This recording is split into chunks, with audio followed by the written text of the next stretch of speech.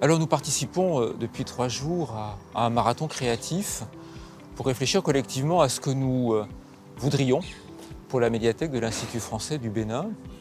Et aujourd'hui, l'objectif, c'est de réunir à la fois les équipes de l'Institut français, mais aussi ses usagers, les enseignants, les lecteurs, les artistes, des spécialistes du numérique, des makers, et d'avoir une réflexion partagée, une co-construction pour essayer de définir un ensemble de projets qui pourraient être ensuite utilisés par l'établissement pour concevoir son projet d'établissement. Alors l'idée, c'est d'accompagner l'Institut français et la médiathèque dans cette approche tiers-lieu et de faire de l'expérimentation de faire langue une dynamique plus continue.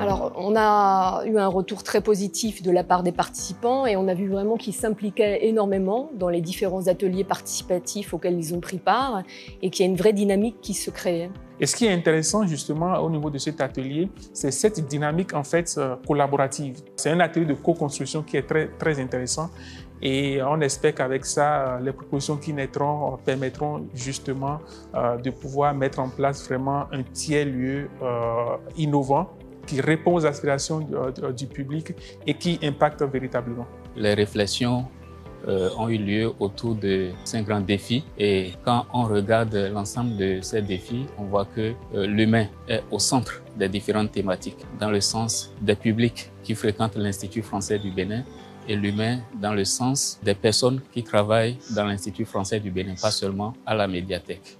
Nous avons eu peu de temps, mais pendant ces peu de temps-là, nous avons échangé entre nous pour rêver encore plus grand. Et je pense que ce n'est qu'un début. Cette pépinière que nous venons de mettre sur place, nous allons continuer, n'est-ce pas, de l'entretenir pour voir pousser, je ne sais pas, de grands arbres et autres. Rien que le fait de réfléchir autour de ce tiers-lieu, déjà, c'est déjà un premier pas.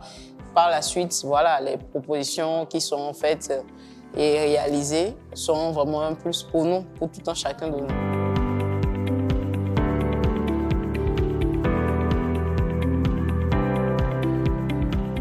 Ce qui est important, ce n'est pas tant cette appellation de tiers-lieu que tout ce qu'on peut créer, effectivement, tout ce que peuvent créer les partenaires et les différents collègues de l'Institut ensemble, qui puissent bien travailler au projet davantage en concertation et en échange permanent.